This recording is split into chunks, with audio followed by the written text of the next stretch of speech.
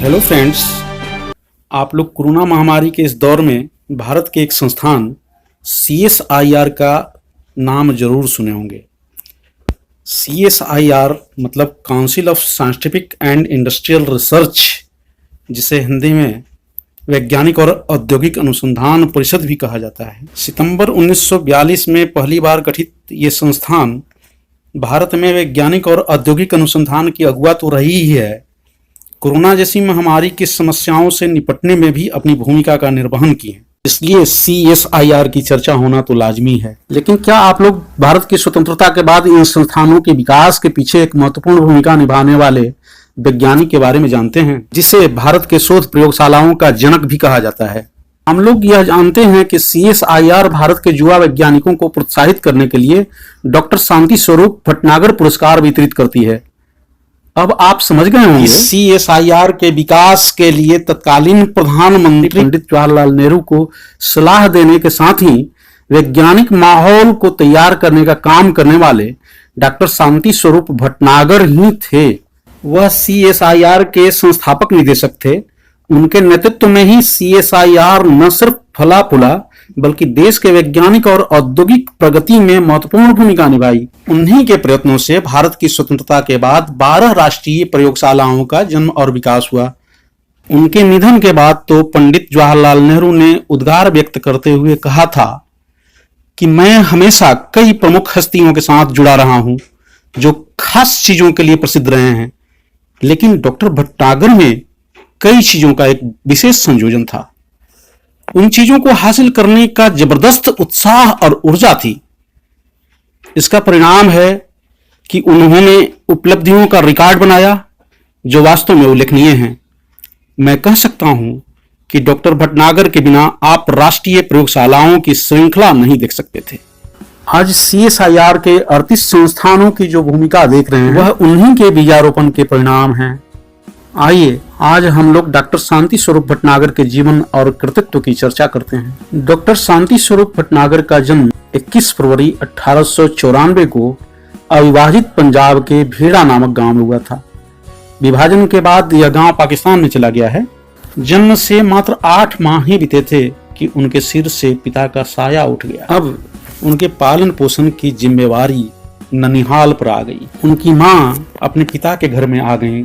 उनके नाना श्री प्यारेलाल जी सिकंदराबाद उत्तर प्रदेश में इंजीनियर के पद पर थे। वहीं पर डॉक्टर शांति स्वरूप का बचपन व्यतीत हुआ। नाना जी के घर में इंजीनियरिंग का माहौल था।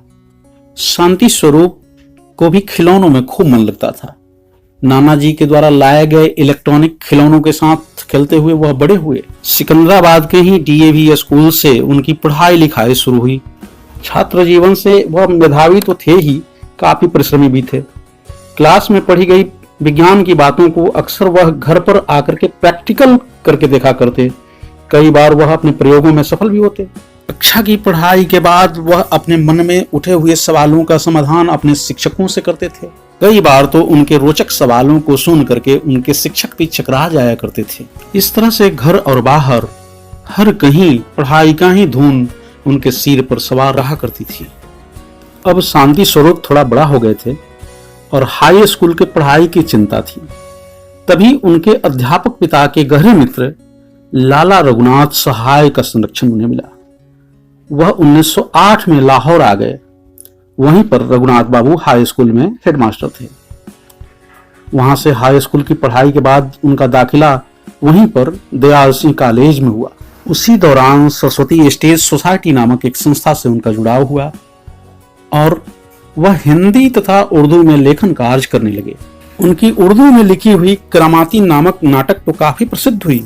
करामाती नाटक का अंग्रेजी अनुवाद सर्वश्रेष्ठ नाटक होने का खिताब भी जीती। दयाल सिंह कॉलेज से इंटरमीडिएट की पढ़ाई के बाद वह लाहौर के ही फोरमैन क्रिश्चियन कॉलेज में BSc में दाखिला लिए और वहीं से MSc किए। MSc की पढ़ाई पूर्ण करने के बाद वह आगे की पढ़ाई तथा शोध कार्यों के लिए लंदन चले गए और वहीं से यूनिवर्सिटी कॉलेज से उन्हें डॉक्टरेट की डिग्री हासिल हुई। यहाँ पर उन्हें रसायन शास्त्र के सुप्रसिद्ध प्रोफेसर फ्रेडरिक जी डोन्नान का सानिध्य पाने का मौका मिला और उन्हीं के निर्देशन में उन्हें डॉक्टर ऑफ साइंस की उपाधि हासिल हुई थी। उनके शोध का विषय था लवणों की घुलनशीलता और उनका प्रभाव, यानी वह इमल्सन और कोलाइड जैसे केमिस्ट्री के टॉपिक्स पर शोध कर रहे थे। उनकी रुचि मैग्नेटो केमिस्ट्री में भी थी। तो 21 में वह डॉक्टरेट की उपाधि हासिल कर भारत में लौटे और पंडित मदन मोहन मालवीय के अनुरोध पर BHU में रसायन विज्ञान की सेना के लिए तैयार हो गए तथा प्राध्यापक नियुक्त हुए। 1924 तक 3 सालों तक उन्होंने वहां पर अध्यापन का कार्य किया। उसके बाद में वह पंजाब यूनिवर्सिटी में पढ़ाने के लिए लाहौर लौट आए। यहाँ शिक्षण के साथ ही लाहौर केमिकल लेबोरेटरी में वह डायरेक्टर का पद भी संभाले। इस तरह से वह लगभग 19 वर्षों तक शिक्षण कार्य करते रहे, साथ ही शोध का भी कार्य चलते रहा।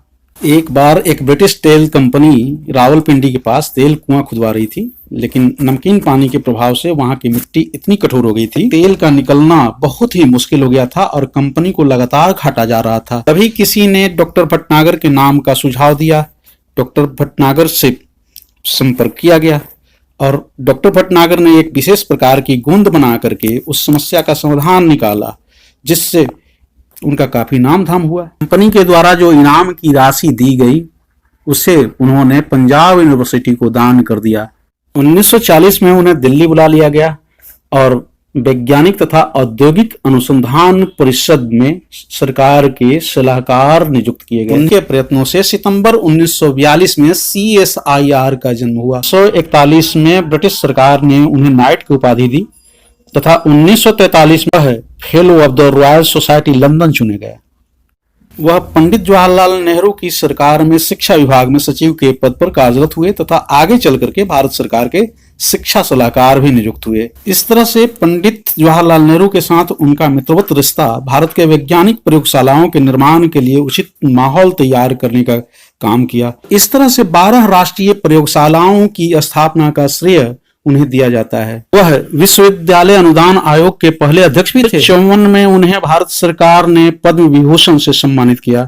वह जीवन भर वैज्ञानिक शोधों में व्यस्त रह करके राष्ट्र के निर्माण में महत्वपूर्ण भूमिका निभाते रहे तथा 1 जनवरी 1955 को अंतिम सांस ली और हम लोगों के बीच अपनी यादों को छोड़ गए। CSIR उनके स्मरण में 1957 से डॉक्टर शांति स्वरूप भटनागर पुरस्कारों की शुरुआत की, जो प्रतिवर्ष भारत के युवा वैज्ञानिकों को प्रदान किया जाता है।